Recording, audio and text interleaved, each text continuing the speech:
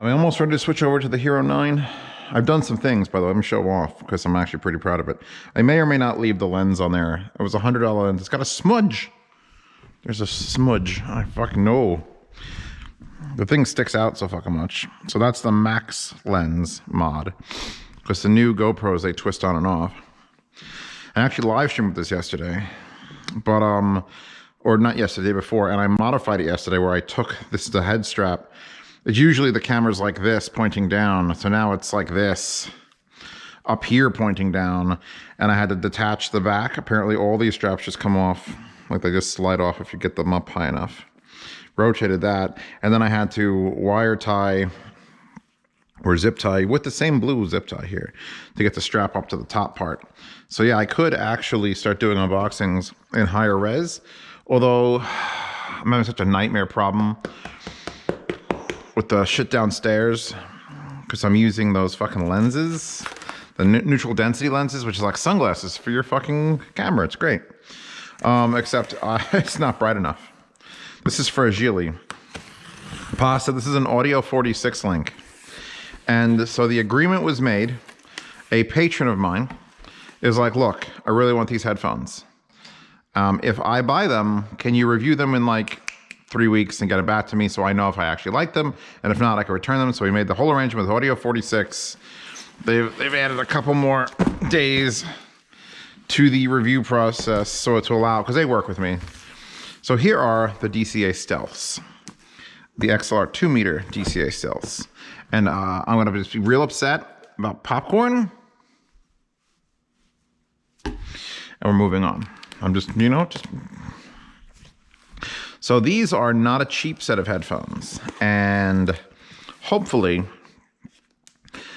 I can, in the next, because here's the thing, I usually get a headphone, I throw it in the burning rig, and I ignore it for like 2-3 weeks, and it's like, I'll get back to it, because I don't want to treat anything like it's special. Nothing should be special.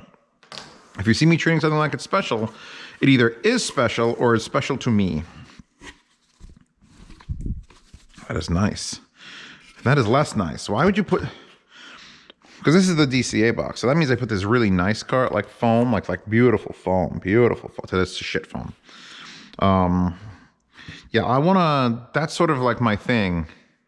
Like, you don't ask. Oh wow, that was gonna be a real bad analogy. Am I gonna go with that analogy about pussy and a 19-year-old boy? You don't ask him what's the best pussy. You ask like a retired 60-year-old porn star, like, what's the best pussy? And he'll tell you, because nothing impresses him anymore. So that's how you know you get the honest results. So I try not to be impressed by things. Jesus Christ, this is impossible. Speaking about tight, gray. Oh my Lord. I don't know how you're supposed to get this out. By the way, the UPS guy had to walk up my hill. It's like 60, Echo. Ask weather flow temperature. The air temperature at North Yard is 63 degrees Fahrenheit. It's fucking beautiful out. Expect partly cloudy skies today with a high of 64 degrees and a low of 30 degrees. So it's fucking beautiful out. And he couldn't make it up my driveway because of snow. And there's no snow out there. There's like a couple patches here and there. But it's like, there's like a fucking mound in my driveway. So apparently this, yeah, that's impossible. It still won't come out. How are you supposed to get this out? There's so much friction from this foam. Holy God. It's great foam. This would be great for like going on a field trip. You can pack that in there. We'll see if I'm putting anything else back in here. So now we've got a bag. So we had a box with things, then we have a box with foam and things, then we have an actual bag. I've got I was gonna say a soft spot for Dan Clark stuff, but I think I have a hard spot for Dan Clark stuff. I mean, the man made the Ether Sea flows. He brought, the fact that he brought like Mad Dogs and then Alpha Dogs and then was making his own, now he's got electrostatic, like that's an impressive feat. I'll probably leave this shit in the box and not talk about it during the review, but I'll show that off because it is actually remarkably nice so far. Put this away in here. It doesn't go down because of the popcorn. So yeah, that is, I think I've seen this box before, like something like it. Dan Clark Audio, metal inlay. Stealth metal inlay. Experience mildly ruined. Mildly ruined. I want to do that with my like $3,000 or $4,000, $5,000, $10,000 headphone and have it just be the headphone. There's so few that do that. You do get a bumper sticker though, which is, I don't know if I'm okay with that. Oh, it's in a case too. It's all ruined. Never mind. It's all ruined. You know, the way, like the best unboxing like thing I think I've had in a while was Fostex makes the worst one, which is the 909s, which they come wrapped in plastic and it's like a plastic garbage bag and you have to untie it. Like that's no good. But then the Fostex T60s was like you opened it and it was just, they were just there with the wood and I was like, ah. Oh. Like I know it's got to come with a case. Actually, no, these don't need to come with a case. I mean, really, do they need to come with a case? I guess they do a little bit. Okay, so here's your box, your bucket. I'm gonna make a headphone, and I'm gonna make a cheap fucking headphone, but you're gonna unbox it, and you're gonna go like, it's gonna go like, doo-doo, you know, like when you blow the little party popper, it's gonna doo-doo. Here's a Dan Clark audio headphone cable. This did not need to be labeled, but apparently they also double this box up as a box to sell things with it. So that's in a bag. There's still the dumb cable. Remember the dumb cable? They used to call it dumb. Oh, that was a terrible noise. Jesus, they have, I don't even know why they would do that, but there you go. If you're putting it in a bag, like, they're not even matching. They've got non-matching wire ties. You got a clear one and a white one, a short and a long, and then you put it in a bag, so it wouldn't have needed those anyway. That seems to straighten out nicely. A little loose in the sleeve, but that's fine. Nice split. I've seen this split before, haven't I? I think I've seen this split before. Going to the standard connectors. I'll end up using this cable. If you don't want to use this cable, you can have a Cindy Peacock, so you can use that cable. So there's the stealth cable. Anything else in here? That sort of flops. There's like a floppy bit in there. Put this all back in here. I'm going to put these on the burning rig still. Break-in rig. I don't know. If you believe in it, you don't believe in it. I do it just in case someone's like, well, did you even burn them in? And I could just always answer yes. Yes, I did. And your point is invalid. Like, oh, you didn't use them for 37 hours. 37 exact hours, you got to burn it. Oh. Okay, so that's there. That's there. Let's whip these bitches out. Nice. I like the zipper pull. It's a nice, soft, bendy Dan Clark audio zipper pull. Again, metal.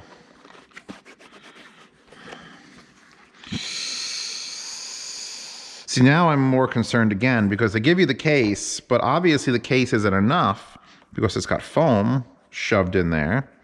So do I keep this foam in the case? Because if it's not good enough to store it and ship it, then why would it be good enough to store it and ship it when I'm storing it and shipping it?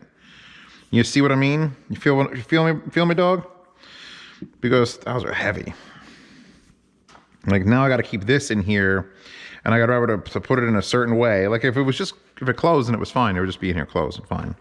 They went extra far. Like I understand them going extra far, but it's like, prove to me that it's good. By the way, here's a certificate of authenticity with a little wipe. Authenticate. It's got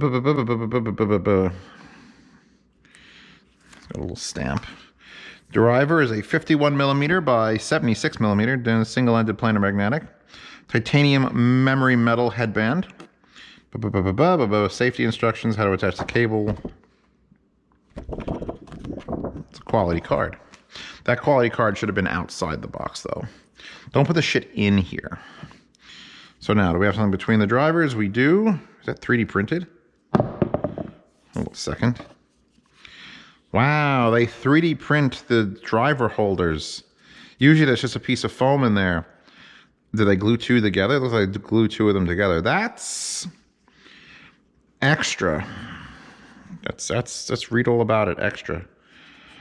Hard though, I guess. Oh, there's a metal frame there. So, holy shit stitching, bro. I just want to bend this. This thing is rock solid. You could hold the whole headphone up by it. That's a stiff fucking band. So Oh God. I mean, all right. There are nice headphones that I like and enjoy that use that same method. Just saying that method of controlling it on your head, that means there's a piece of elastic in here, you know, like your pants or your underwear, if you wear underwear, which means as you put it on your head, oh man, that is linear. Holy linear fuck. That feels expensive. I've never had a headphone feel expensive from doing that to it. I could do that all day, bro. So yeah, these fold down, by the way. This is what was protecting it in the box. You do that. They had it so that this wouldn't get kicked out and hit, I guess. Or to keep this metal from leaving a mark there. I guess they don't expect you to keep it like that for very long, but if it's stored for months, put the foam in.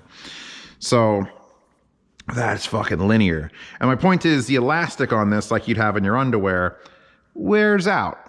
And it isn't like a spring where you can just detach a spring. Like this is something that's internally inside this strap. So if you have low ears, if you're DMS and your ears are under your neck like gills, he's gonna pull these things way the fuck down and they're never gonna come back up and it's gonna wear out a little bit. Beautifully made though. Oh my God, that carbon. Touching it, by the way, like I've been holding it like this and I'm just touching this carbon fiber and I want to make sweet love. You could hear the texture. Like impossibly nice, just dull matte carbon fiber. I also have faith in these. I haven't heard them. I actually had an option to hear them at Capital Audio Fest, and I avoided it because I knew it would come to me eventually. I'm Zeos. Everything eventually crosses the threshold of Zeos, and I don't want to have like a thought about it at all. I just want to just get, when I have it, I have it. So I have these for 2 weeks. I have them. It's a closed-back. Dan Clark Audios have always had opens and closed-backs, and the open backs are okay, and the closed-backs are better. So I'm so glad that Dan Clark decided that if he's going to do a full fuck, heavy dude, like the end of the earth, you know, print out bumper stickers, that it's a closed-back. The pads are very dense memory foam. Very dense. Is that memory foam, actually? It might be. Hard to tell. It's not that stiff for being cold. The actual angle here is interesting because it's a planar. I've never seen an angled driver planar. And then the actual pads are flat. There's no angle on the pads. It's a way to go about it. That's a way to go about it. So let's put them on my head for the first time.